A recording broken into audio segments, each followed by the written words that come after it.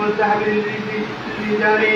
وبه قال حدثنا اسحاق بن منصور قال حدثنا عبد الله بن نمير قال حدثنا عبيد الله بن عمر عن نافع عن سعيد بن ابي هند عن ابي موسى الاشعري رضي الله تعالى عنه ان رسول الله صلى الله عليه وسلم قال: حرم لباس الحرير والذهب على ذكور امتي واحل لبناتهم. وفي الباب عن عمر وعلي وعقبه بن عامر وام هاني وانس وحذيفه وعبد الله بن عمرو وعمران بن حسين وعبد الله بن الزبير وجابر وابي ريحانه وابن عمر والبراء رضي الله تعالى عنهم. هذا حديث حسن صحيح.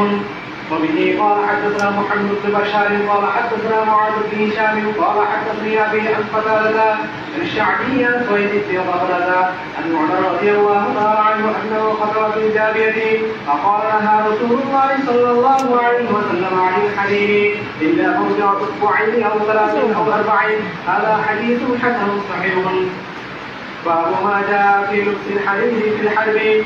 وبه قال حدثنا محمود بن غيلان قال حدثنا عبد الصمد بن عبد الوارث قال حدثنا همام قال حدثنا قتادة عن انس رضي الله تعالى عنه ان عبد الرحمن بن عوف والزبير بن العوام شكيا القبل الى النبي صلى الله عليه وسلم في غزاة لهما فلخص لهما في قوة الحرير قال رايتم عليهما. هذا حديث حسن صحيح. باب. وبه قال حدثنا ابو عمار قال حدثنا الفضل بن موسى عن محمد بن عمرو قال حدثني واقد بن عمرو بن سعد بن معاذ قال قدم انس بن مالك رضي الله تعالى عنه فاتيته فقال من انت؟ فقلت انا واقد بن عمرو قال مرة وقال انك لشبيه بسعد وان سعد كان من اعظم الناس واغولا وانه بعث الى النبي صلى الله عليه وسلم حجة من زجاج مفتوح فيها الذهب فلبسها رسول الله صلى الله عليه وسلم فصعد المنبر فقال في المنبر فقال او قال فجعلنا في يلبسونه فقالوا ما رايناك اليوم ثوبا قط. فقال اتعجبون من هذا فمناديل سعد في الجنة خير مما ترون.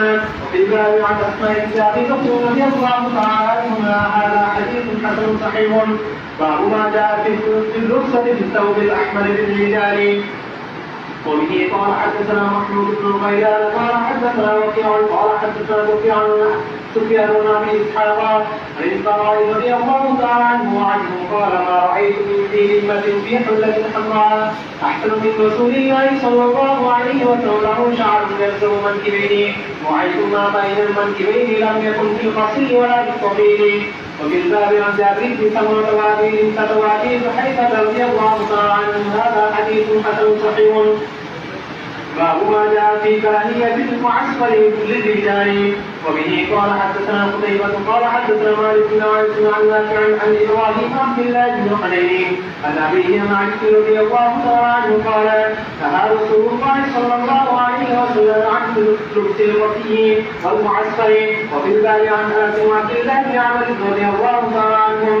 هذا حديث علي رضي الله تعالى عنه حديث حسن صحيح.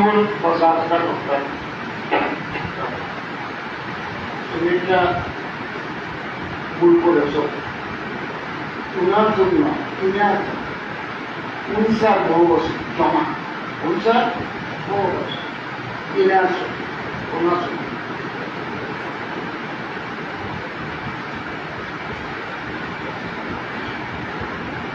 বিসমিল্লাহির রহমানির রহিম। আকওয়াম লিবাস।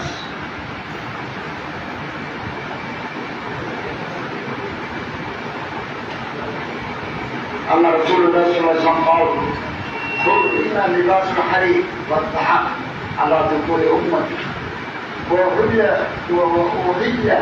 بخلافه.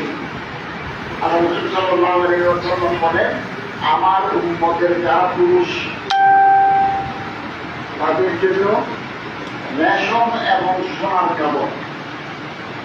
কাপড়ের দুটো জিনিস চাই, একটা পানা একটা টানা, একটা শুনে এগিয়ে যাওয়া যে শুনে এগিয়ে আসে পানা টানা, এই দুইটা যদি স্বর্ণের হয় তাহলে কাপড় পরা হারাম। আমার মধ্যে পুরুষদের জন্য রেশম এবং স্বর্ণের কাপড়, স্বর্ণের মজবুত খচিত স্ট্রাইপড। মেয়েদের জন্য এটা হালাল, এটা মেয়েদের জন্য হালাল।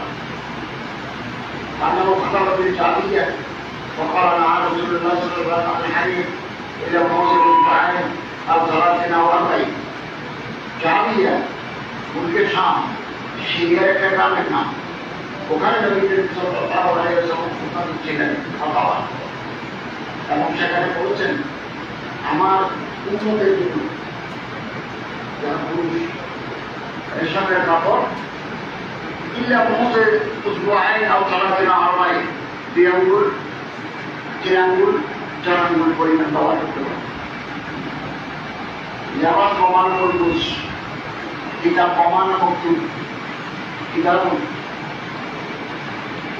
এখানে কিছু লেখা না থাকলে এটা কিতাব হবে না। একটা সাদা ডায়েরি কিছু লেখা নাই, এটা কিতাব না, কিতাব প্রমাণ মকতুব। লিবাস যে বস্ত্রখণ্ড মানুষ পরিধান করে এটা মলবুস, লেবাস প্রমাণ মলবুস। নবী করিম সাল্লাল্লাহু আলাইহি ওয়াসাল্লাম এই বাদের মাধ্যমে উম্মতের কাপড় বস্ত্র পরিধান, কোন কোন বস্ত্র নিষিদ্ধ, কি পরিমাণ বস্ত্র পরিধান করতে হবে, এই বাদের মধ্যে এগুলো আছে, এগুলো আছে। এবং বেশি টাইপ ফিট কাপড় পরিধান করলে সেটা বসতে অসুবিধা হয়, এগুলো আমার অপছন্দ করছে। এবং পুরুষদের জন্য রেশম সিল্ক কেন নিষেধ করবে? হ্যাঁ, রেশমের কাপড় হচ্ছে চকচকে টকটকে এবং খুব নরম সফট, এগুলো সেনানা থাকবে। পুরুষরা এরকম বারোটা আমার গায়ে দেবে। আমি যদি চকচকে সোনালি রঙের কাপড় পরিধান করি, পুরুষরা একটু মেয়েরদের জন্য, মেয়েরদের জিনত বাড়ায়, এগুলো সেনানা পোশাক। এই জন্য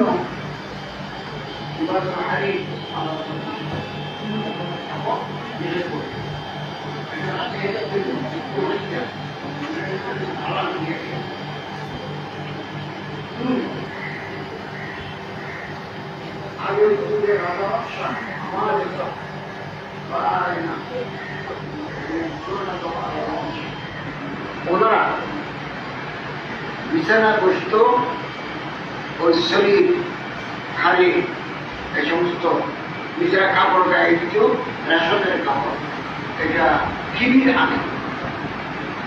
আনার উপকূল আর মানসিকতা তৈরি হয়।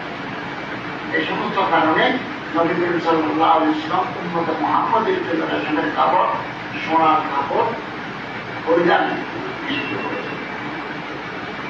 এবং যুদ্ধের ময়দানে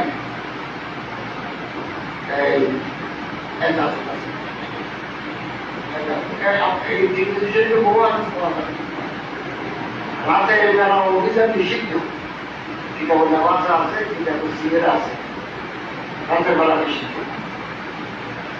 এটা না রাসূলুল্লাহ সাল্লাল্লাহু আলাইহি ওয়াসাল্লাম। কিন্তু মুহাদ্দিসিনরা বলছেন রাতে অভিযান চালালে যদি মুসলমানদের জন্য কামিয়াবি বেশি আছে, দুশমনকে নাসিহাত করে দিতে পারবো, তাহলে রাতেও অভিযান চালানো যায়।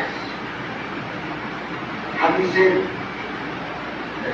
জাহিরি মানানি আমরা নেব, কিন্তু অন্যান্য হাদিসের সাথে হাদিসের কোনো টকরাও আছে কিনা, বুখারীতে, মুসলিমে অন্য কোনো হাদিস আছে কিনা, এটা সবগুলো একসাথে মিলে এগুলো মুহাদ্দিসিন ঠিক করে দিয়েছে। রাতের বেলা কেন নিষেধ করেছে? রাতের বেলা অভিযান চালালে মহিলা মারা যাওয়ার সম্ভাবনা আছে, ছোট বাচ্চা মারা যাওয়ার সম্ভাবনা আছে, অসুস্থ রোগী মারা যাওয়ার সম্ভাবনা আছে। দিনের বেলা তো এখন কিন্তু এটা জমানা নাই, এখন কম্পিউটার ইরান থেকে মারিদের তারা গিয়ে পড়ে, কিভাবে পড়ে চোখারের উপর দিয়ে উড়ে আসে, কিনসাই ওই জায়গায় পড়ে, বাড়িতে পড়ে। এরকম কম্পিউটারের মাথা আছে, আকাশের উপর দিয়ে যাবে, ঠিক জায়গায় গিয়ে পড়বে। এটা প্রায় 20-30 জন বিজ্ঞানী ইসরায়েল মেরে ফেলেছে ইরানে। কোথায় থাকেন, কোন বোর্ডে থাকেন, সেকেন্ডের ভিতরে বোর্ডে তারা জানাই দিচ্ছে, মহাবিজ্ঞানীরা জানাই দিচ্ছে, ওরা মিসাইল বানিয়ে দিচ্ছে, কম্পিউটার বসে আছে। এই জায়গায় সবচেয়ে ওটাও না কম্পিউটার দেখছেন ঠিক করছে। সেক্ষেত্রে 3 রাতের কথা বলতে এবং হাকিমের হক অথবা রইসুল জাইশ সেনাবাহিনীর প্রধান, কারণ চিন্তার প্রধান যদি মনে করে না রাতের বেলা মারি দিলেও আমাদের সুবিধা মারতে পারে, এটা আমাদের আগে আছে এমন সাধারণত না। এবং আব্দুর রহমান